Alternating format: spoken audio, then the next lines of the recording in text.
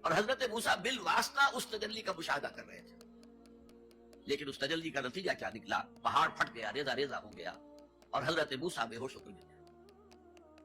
اب یہ واقعہ ہے، وہاں تو تمثیل بیان ہوئی ہے اور یہ واقعہ ہے۔ تو جو اثر اللہ تعالیٰ کی ذات کی تجلی کا ہے، وہی اثر اللہ کی جو صفت ہے کلام، اس کی تجلی کا ہے۔ اس لیے کہ صفت کس کی ہے؟ اللہ کی ہے صفات ذات حق حق سے جدا یا غیر ذات، متکلمین اس مسئلے کا حل ہی نہیں کر پائے۔ کلام اللہ کی صفت ہے، اس کی صفت کی بھی وہی تاثیر ہے۔ یہ آیت قرآن مجید کی عظمت کو واضح کرتی ہے جیسے کہ وہ ہے فی نفسہ ہی۔ اب دیکھیے کوئی چیز بہت عظیم ہے، بہت عظیم ہے، بہت عظیم ہے، اگر مجھے اس سے کوئی فائدہ نہیں تو مجھے اس سے کوئی دلچسپی نہیں ہوگی۔ تو اب جو دوسرا مقام میں آپ کو سنا رہا ہوں، یہ سورہ یونس کی 2 آیات، یہ ترتیب میں نوٹ کرا چکا ہوں، 1 آیت، 2 آیتیں، 4 آیتیں، 6 آیتیں، 8 آیتیں۔ فرمایا یا ایھا الناس قد جاءتکم موعظۃ من ربکم وشفاء لما فی الصدور وہدی ورحمۃ للمؤمنین قل بفضل اللہ وبرحمتہ فلذلک فلیفرحوا هو خیر مما یجمعون۔ اے لوگو، تمہارے پاس آ گئی ہے نصیحت، موعظت تمہارے رب کی طرف سے۔ وہ صرف موعظت نہیں ہے، سینوں کے اندر جو روگ ہیں، جو امراض ہیں، ان کا علاج بھی ہے، شفا بھی ہے، شفاء لما فی الصدور۔ تیسرے درجے میں وہ ہدایت ہے، وہ بتاتی ہے کدھر جاؤ کدھر نہ جاؤ۔ جیسے آپ نے دیکھا ہوگا پہاڑی راستوں پر قدم قدم کے اوپر کوشن ہوتا ہے، یہاں سپیڈ کم کر لو ورنہ تم کسی کھائی میں جا گرو گے۔ تو یہ ہدایت کیا ہے؟ دیکھو ادھر مت جانا، ادھر جاؤ، اگر ادھر جاؤ گے تمہارا سارا معاملہ تل پٹ ہو جائے گا۔ یہ ہے ہدایت۔ اور جو چیز دنیا میں ہدایت ہے وہ آخرت میں رحمت ہے، ہدی ورحمۃ للمؤمنین۔ اب میں چاہتا ہوں ان 4 الفاظ میں جو ربط ہے اسے سمجھیں۔ دیکھیے اگر کسی ایسی زمین پر بارش برسے جو اوپر سے بہت سخت ہے تو پانی بہہ جائے گا، زمین میں جذب نہیں ہوگا تو کوئی روئیدگی پیدا نہیں ہوگی۔ اگر دل سخت ہے تو قرآن مجید ان پر کوئی اثر نہیں کرے۔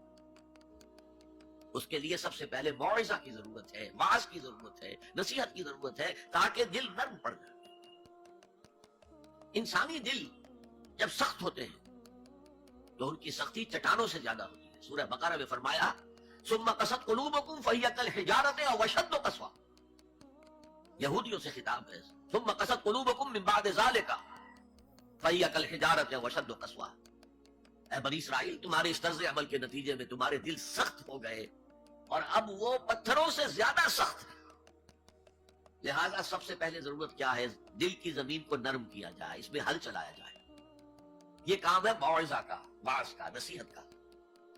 ہمارے معاشرے میں کسی زمانے میں واعظ کا بڑا رواج تھا، آج کل یہ چیز ختم ہو گئی، بلکہ واعظ کو گھٹیا بات سمجھا جاتا ہے۔ بھائی کوئی عقلی بات کرو، کوئی علمی بات کرو، تم تو واعظ کہہ رہے ہو، گویا کہ واعظ گھٹیا چیز ہے۔ نہیں، واعظ سے دل میں رقت پیدا ہوتی ہے، نرمی پیدا ہوتی ہے۔ تو قرآن مجید ہی سب سے بڑا موعظہ ہے۔ ہم نے بدقسمتی سے کیا کیا، جب واعظ کہے جاتے تھے تب بھی مثنوی مولانا روم سے، ضعیف احادیث سے، واعظ دستان دنو افسانہ بند، واعظ بڑے اونچے اونچے ہاتھ چلا کر اور افسانہ جو ہے بیان کر رہا ہے، لیکن اس کا حال کیا ہے؟ از خطیب و دیلمی گفتار اوست، بعض ضعیف و شاذ و مرسل کار اوست۔ وہ خطیب بغدادی یا دیلمی کی جو احادیث ہے، جو سب سے گھٹیا درجے کی کتاب حدیث کی، سب سے کم تر درجے کی کتاب حدیث کی، ضعیف کتابوں کے یوں سمجھیے کہ بہت بڑے مجموعے، وہاں سے وہ حدیثیں لا رہا ہے۔ از ضعیف و شاذ و مرسل کار ہے، ضعیف حدیث، شاذ حدیث، مرسل حدیث سے وہ بیان کر رہا ہے۔ قرآن سے اس کا کوئی تعلق نہیں۔ قرآن مجید سب سے بڑا واعظ ہے۔ یا ایھا الناس قد جاءتکم موعظۃ۔ یہ دل کو جب نرم کرتا ہے تو پھر اس میں جذب ہوتا ہے، یہ سیکنڈ سٹیپ ہے اس کا۔ اور جب دل میں جذب ہوگا تو دل کے اندر کی بیماریوں کو دور کر دے گا۔ دل کے اندر کی بیماریاں کون سی ہیں؟ تھرومبوسس نہیں، جائنا نہیں، وہ اور ہے۔ وہ دل کی بیماریاں جن کے لیے قرآن شفا ہے، وہ ہے تکبر، حسد، حب مال، حب دنیا، حب جاہ، حب شہرت، یہ ہیں وہ چیزیں کہ جو اصل ہیں، جو دل کے امراض ہیں، ان سب کو جڑ سے نکال کر پھینک دے گا قرآن حکیم۔ یا ایھا الناس قد جاءکم موعظۃ من ربکم وشفاء لما فی الصدور، وہ ہدی، اور وہ ہدایت ہے، انفرادی زندگی کے لیے بھی ہدایت ہے، اجتماعی زندگی کے لیے بھی ہدایت ہے۔ کبھی اگر سورہ فاتحہ پر آپ غور کریں، جو ہماری نماز کا جزو لازم ہے، تو ہم پہلے کہتے ہیں الحمدللہ رب العالمین الرحمن الرحیم مالک یوم الدین ایاک نعبد و ایاک نستعین، یہ ہدایت تو ہمیں پہلے ہی ملی ہوئی ہے۔ پھر جو ہم کہتے ہیں اہدنا الصراط المستقیم، اللہ کو ہم نے پہچان لیا، اسے رب العالمین مان لیا، اسے رحمان مان لیا، اسے رحیم مان لیا، اسے روز جزا کا حاکم مطلق مان لیا، تو اب کون سی ہدایت رہ گئی؟ ہدایت تو آ گئی۔ اب اصل ہدایت جو درکار ہے وہ ہے جو ریلیونٹ ہے آج کے دور میں، جو اجتماعی نظام ہے انسانوں کا، اس کے لیے انسان بالکل بے بس ہے، اس کی عقل جو ہے اجتماعی نظام عدل قائم نہیں کر سکتی۔ انفرادی طور پر نیکی اور بدی کا علم میرے اور آپ کے نفس کے اندر ودیعت شدہ ہے، وَنَفْسٍ وَمَا سَوَّاهَا فَأَلْهَمَهَا فُجُورَهَا وَتَقْوَاهَا، یہ موجود ہے، لیکن یہ کہ معاشرتی نظام میں عورت اور مرد کے درمیان کیا توازن ہو، ان کے حقوق و فرائض کا توازن دنیا میں کیا ہوتا رہا ہے اور ہو رہا ہے آج بھی۔ یا عورت جوتی کی نوک کے برابر ہے، کوئی اس کی حیثیت نہیں، بھیڑ بکری کی طرح ملکیت ہے، اس کے کوئی حقوق نہیں، اور یا عورت کلوپیٹرا بن کر پورے ملک کی قسمت کا بیڑا غرق کرتے ہیں، انسانوں کے شانہ بشانہ ہو کر وہ در حقیقت خاندانی نظام کو برباد کرتے ہیں۔ ان دونوں کے درمیان توازن کیسے قائم کیا جائے؟ اب آپ سوچئے، تجزیہ کیجئے۔ اگر مرد سوچے گا، نظام بنائے گا، تو وہ اپنے احساسات سے تو واقف ہے، عورت کے احساسات و جذبات سے تو واقف نہیں ہے۔ عورت نظام بنائے گی تو وہ اپنے احساس و جذبات سے واقف ہے، وہ مرد کے احساسات و جذبات سے واقف نہیں۔ یہ عادلانہ نظام وہی ہستی دے سکتی ہے جس نے مرد کو بھی پیدا کیا، عورت کو بھی پیدا کیا۔ ایک امپلائر امپلائی ریلیشن شپ ہے، کارخانے دار ہے، وہ لوگوں کو رکھتا ہے مزدور۔ اب جو بھی پروڈکشن ہو رہی ہے، جو نفع ہو رہا ہے، اس میں کتنا حصہ مزدور کا ہونا چاہیے، کتنا سرمایہ دار کا ہونا چاہیے، کون طے کرے گا؟ یا سرمایہ دارانہ نظام بن جائے گا اور مزدور کمر توڑنے والی محنت کرنے کے باوجود زندگی کے بنیادی جو تقاضے ہیں ان کو بھی حاصل نہیں کر سکے۔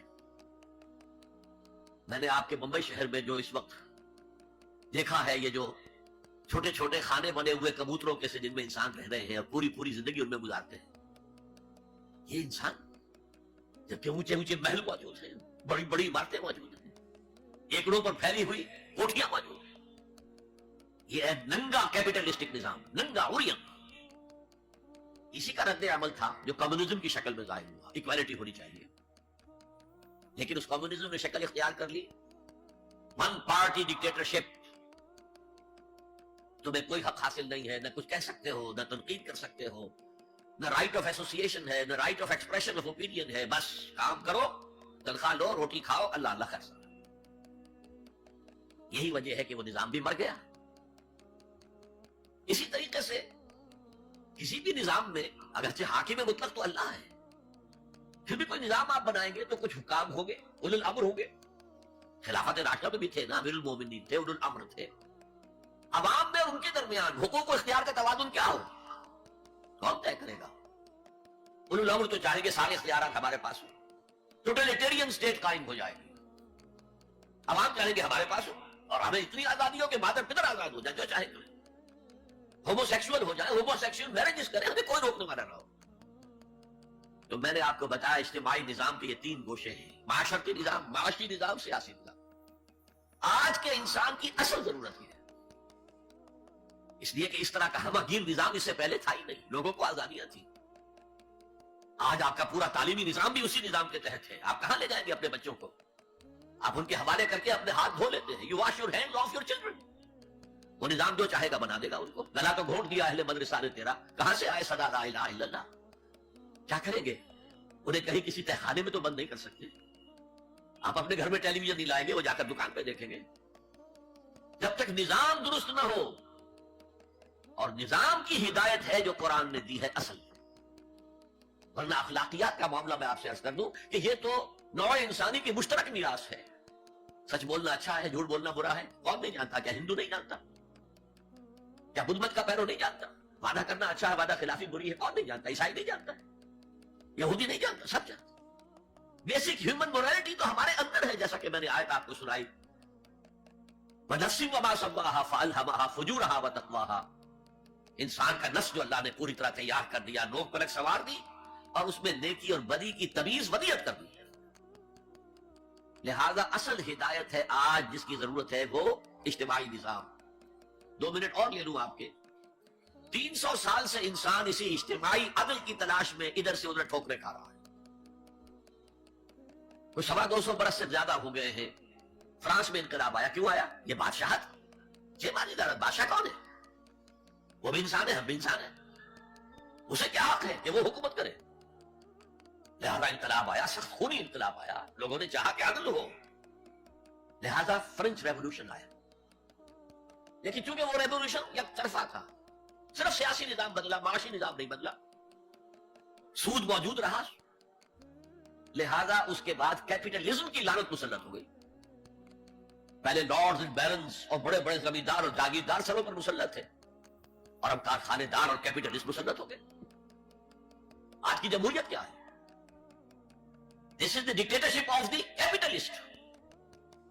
یہ تو اصل میں کیپٹلزم ہے، کیپٹلسٹ کی ڈکٹیٹرشپ ہے جو اس وقت ہو رہی ہے۔ اچھا، اس سے نجات پانے کے لیے چھلانگ لگائی دوسری طرف کمیونزم، تو وہ میں آپ کو بتا چکا ہوں، وہاں انفرادی آزادی ختم ہو گئی، اب وہ بھی مر گیا۔ اب فوکویاما نے تو کتاب لکھ دی اینڈ آف ہسٹری، بس ثابت ہو گیا کہ ہمارا نظام لبرل سیکولر ڈیموکریسی اور انٹرسٹ بیسڈ کیپٹلزم، اس سے بہتر کوئی نظام ہے ہی نہیں، سب ختم ہوگا۔ لیکن ایک نظام ہے جس کا انہیں اندیشہ ہے، جو ابلیس کی زبان سے اقبال نے کہلوایا تھا، ہے اگر کوئی خطر مجھ کو تو اس امت سے ہے جس کی خاکستر میں ہے اب تک شرار آرزو۔ خال خال اس قوم میں اب تک نظر آتے ہیں، وہ کرتے ہیں اشک سحر گاہی سے جو ظالم وضو۔ بڑے نیک لوگ بھی موجود ہیں، لیکن بحیثیت مجموعی امت کا حال کیا ہے؟ جانتا ہوں میں یہ امت حامل قرآن نہیں، جانتا ہوں میں یہ امت حامل قرآن نہیں ہے، وہی سرمایہ داری بندہ ہے مومن کا دین۔ جانتا ہوں میں کہ مشرق کی اندھیری رات میں بے ید بیضا ہے پیران حرم کی آستین، پیر ہیں، مرشد ہیں، ان کی آستینوں میں ید بیضا نہیں ہے، حضرت موسیٰ والا۔ بہرحال فوکویاما کی نفی کی پھر بعد میں، اور کتاب لکھی گئی کلیش آف سیویلائزیشنز، تہذیبوں کا ٹکراؤ ابھی آئے گا۔ تو میں اس سے زیادہ اس ایشو پر نہیں جانا چاہتا۔ ہدایت، انفرادی ہدایت بھی قرآن میں ہے، اور سب سے بڑھ کر اجتماعی ہدایت جس کی آج کے انسان کو سب سے زیادہ ضرورت ہے، سسٹم آف سوشل جسٹس جو صرف اللہ دے سکتا ہے، اس لیے کہ کارخانے دار بھی اسی کی مخلوق ہے اور مزدور بھی اسی کی مخلوق ہے، جو اولو الامر ہے وہ بھی اسی کے پیدا کرنا ہے، اور جو عوام ہے وہ بھی اسی کے پیدا کرنا ہے، مرد بھی اسی کا پیدا کرتا ہے، عورت بھی اس کی پیدا کرتا ہے۔ جیسے ایک حدیث میں آتا ہے الخلق عیان اللہ، تمام مخلوق اللہ کے کلبے کے مالک ہے، وہ عدل دے گا، وہ سوشل جسٹس دے گا، وہ توازن دے گا آپ کو معاشرتی نظام میں، معاشی نظام میں، سیاسی نظام۔ اس کا نتیجہ چوتھا جو نکلے گا رحمت للمومنین، اب وہ رحمت ہوگی آخرت۔ جیسے حضور نے فرمایا الزہراوین نام دیا سورہ بقرہ کو اور سورہ آل عمران کو۔ الزہراوین، زہرا کہتے ہیں بہت تابناک حضرت فاطمہ زہرا رضی اللہ تعالی عنہ۔ الزہراوین یہ دو بدلیوں کی صورت میں میدان حشر میں ظاہر ہوں گی، اور جو ان سے محبت کرنے والے تھے ان پر سایہ کریں گی، جبکہ کسی کے لیے کوئی سایہ نہیں۔ تو یہ رحمت کا ظہور ہوگا قرآن کا قیامت کے دن۔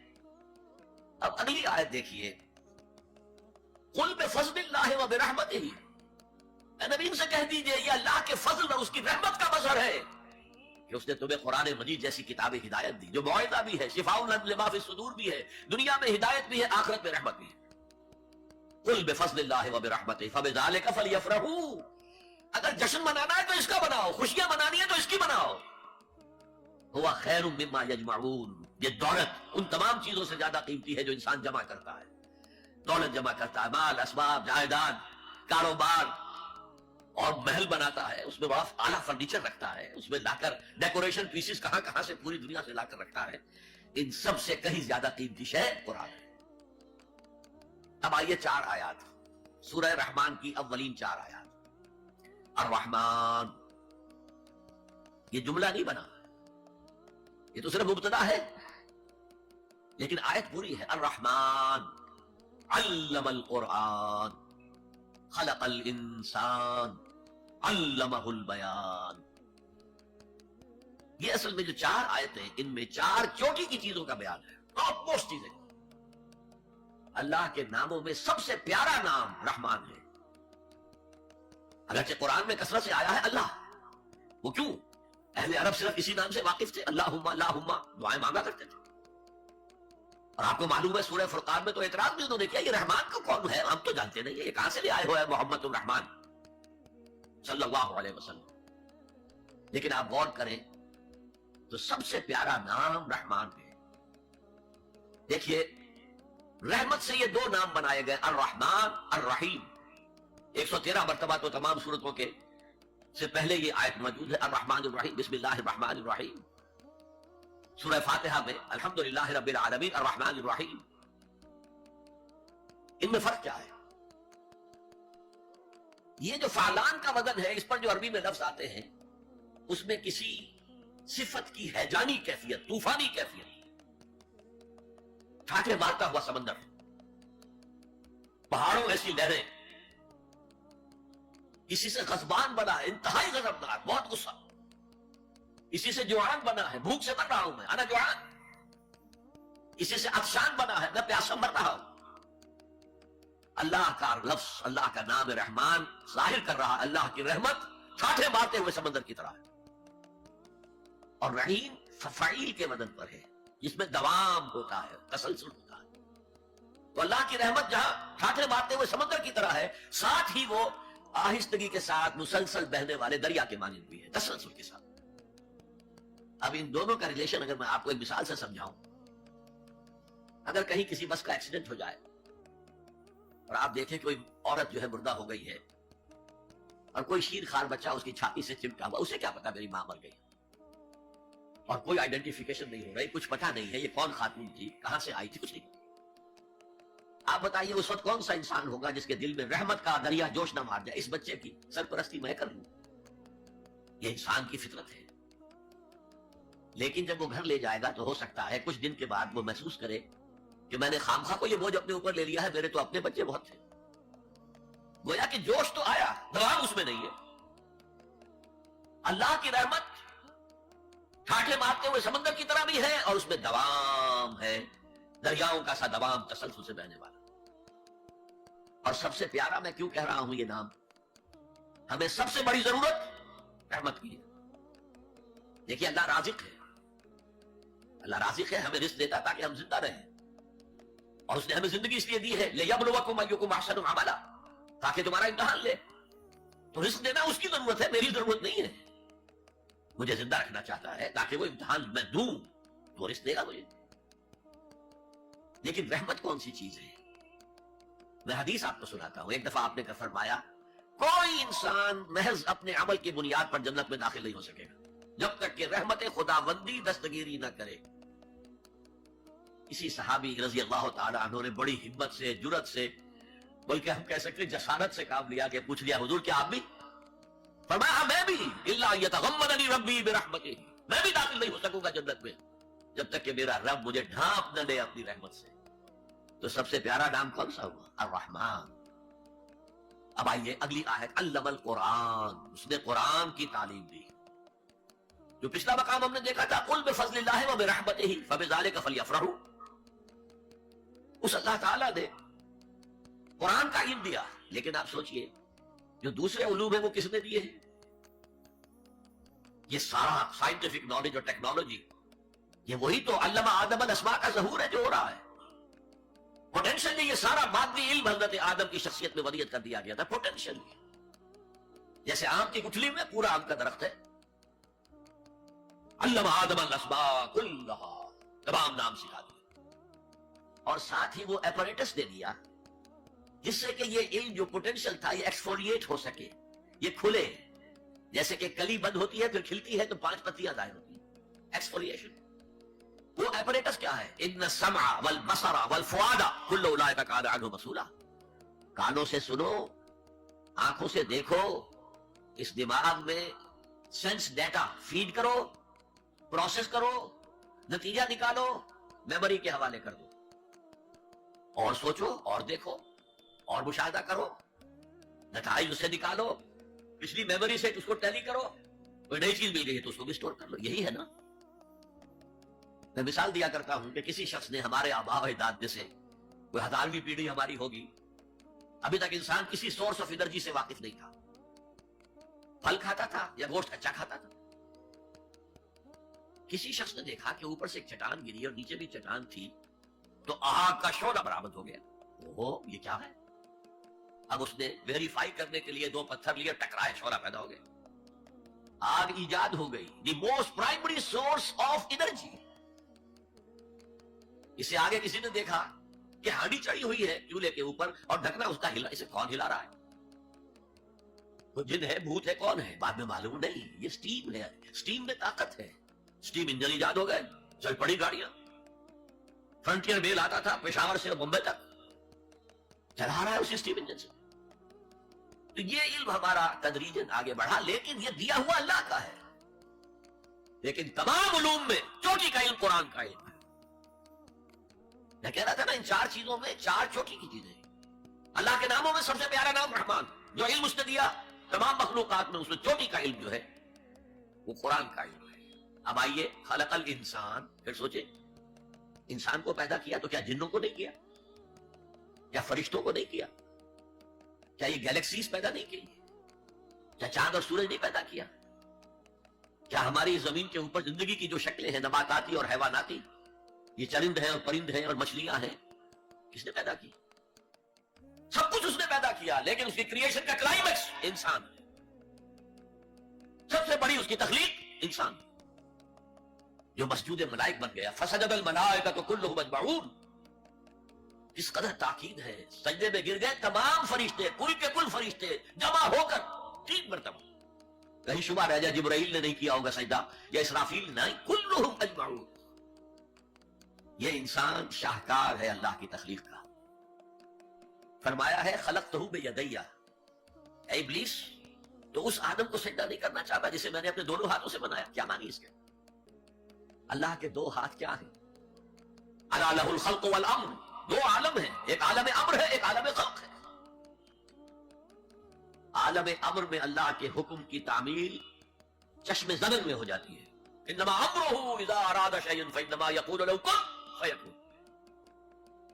اور عالم خلق میں وقت لگتا ہے. آم کی گٹھلی سے درخت تو بنے گا آم کا، لیکن کتنے سال لے گا؟ ماں کے پیٹ میں بچہ پرورش تو پائے گا، لیکن 9 مہینے لے گا. اللہ نے فرمایا کتنی جگہ پر، میں نے آسمان اور زمین 6 دنوں میں پیدا کی. عالم خلق میں ٹائم کا ایلیمنٹ ہے، عالم امر میں کوئی ٹائم نہیں. عالم امر سے تعلق رکھنے والی صرف 2 مخلوقات ہیں، فرشتے اور انسانی ارواح. یسألونک عن الروح قل الروح من امر ربی. اور عالم خلق سے ہمارا یہ جسم ہے، حیوانی وجود ہمارا جو زمین سے آیا ہے. منہا خلقناکم وفیہا نعیدکم ومنہا نخرجکم تارۃ اخری. یہ یہاں سے آیا پھر یہی چلا جائے گا. روح وہاں سے آئی اور وہی لوٹے گی. انا للہ و انا الیہ راجعون. یہ ہمارا جسم تو نہیں جائے گا. الرحمن علم القرآن خلق الانسان علمہ البیان. انسان کو جو صلاحیتیں دی اللہ نے، ان میں سب سے بڑی صلاحیت قوت بیان ہے. اسی لیے انسان کو اہل منطق کہتے ہیں حیوان ناطق، بولنے والا حیوان. یہ اپنے آپ کو ایکسپریس کرنے کی صلاحیت. یہ تمام صلاحیتوں میں چوٹی کی صلاحیت ہے. دیکھیے ہمیں آنکھیں بھی ہیں، حیوانوں کی بینائی ہم سے کہیں زیادہ ہے. ایسے حیوان بھی ہیں کہ جنہیں لائٹ کی ضرورت ہی نہیں، بغیر روشنی کے دیکھتے. یہ باز اور شاہین بڑی بلندی سے زمین پر پڑی ہوئی سوئی کو دیکھتے ہیں. سماعت ہمیں دی تو بہت سے حیوانات کو ہم سے بہت زیادہ سماعت دی. آپ گھوڑے پر سوار جا رہے ہیں، آپ نے کوئی آواز نہیں سنی، گھوڑے نے سن لی ہے، اس کی کنوتیاں کھڑی ہو گئی، اینٹینا کھڑے ہو گئے. سوار کو معلوم ہوا کوئی خطرہ ہے، اس نے تو کچھ نہیں سنا تھا. پھر کتنے حیوان ہیں جو سونگنے کی قوت ان میں کتنی زیادہ ہے، ہر شے کو سونگ کر پتہ کرتے ہیں یہ ہمارے کھانے کی ہے کہ نہیں. اصل صلاحیت جو انسان کی صلاحیت ہے وہ قوت بیان ہے. آپ کو معلوم ہے بڑے بڑے وکیل ایک پیشی کے 5 لاکھ روپیہ لے رہے ہیں. کیوں؟ ان کے اندر بیان کی صلاحیت زیادہ ہے، جو مقدمے کو خوبصورتی سے پیش کر سکتے ہیں. ورنہ وہی قانون پڑھنے والے جو ہے وہ کلا وہ جوتی پٹخارتے پھرتے ہیں، کوئی پوچھتا نہیں. اسی طرح آپ کو معلوم ہے دنیا میں بڑے بڑے جو ڈکٹیٹر بنے ہیں وہ قوت بیان کی بنیاد پر بنے. ہٹلر کی فائری اسپیچز اس نے کہاں سے کہاں اسے پہنچا دیا. لیکن اب ان چیزوں کو جوڑیے. الرحمن علم القرآن، یہ ایک جملہ بنا ہے. رحمان نے قرآن سکھایا. خلق الانسان، انسان کو پیدا کیا. علمہ البیان، یہ 3 ویلیوز ہیں جو 4 آیتوں میں آئی ہیں. آپ نے میتھمیٹکس میں یا ارتھمیٹکس میں پڑھا ہوگا ریشو پروپورشن کا قاعدہ، نسبت و تناسب. 3 ویلیوز دے دی گئی، چوتھی تلاش کرو. وہ چوتھی ویلیو کیا ہے؟ دیکھو، اگر تمہیں کوئی قوت بیان اللہ نے دی ہے، اسے قرآن کو بیان کرنے میں صرف کرو. جیسے ہم کہتے ہیں کہ توپ سے مکھی نہیں ماری جاتی. توپ جتنی بڑی شے ہے وہ مکھی مارنے کے لیے تو استعمال نہیں ہوتی. تمہیں اللہ نے قوت بیان دی ہے، اسے صرف پیسے کمانے کے لیے استعمال نہ کرو، اسے لیڈری چمکانے کے لیے استعمال نہ کرو. اس قوت بیان کو اس قرآن کے بیان کرنے میں استعمال کرو. یہ جو نتیجہ نکلا ہے یہ ایک حدیث میں آیا ہے اور اس میں عجیب لطف ہے. الرحمن علم القرآن خلق الانسان علمہ البیان عن عثمان ابن عفان، وہی جو ہے قافیہ چلا آ رہا ہے. بخاری شریف کی روایت ہے، خیرکم من تعلم القرآن وعلمہ، تم میں سے بہترین لوگ وہ ہیں جو قرآن سیکھیں اور سکھائیں، پڑھیں اور پڑھائیں، سمجھیں اور سمجھائیں. یہ بہترین کا ہے، اس کو بہتر نہ کہیں. یہ خیر کے بعد من آ جائے گا تو یہ کمپیریٹیو ڈگری ہوگی. انا خیر منہ، ابلیس نے کہا تھا میں اس آدم سے بہتر ہوں. خلقتنی من نار وخلقتہ من طین، مجھے تو نے آگ سے بنایا، اسے مٹی سے بنایا.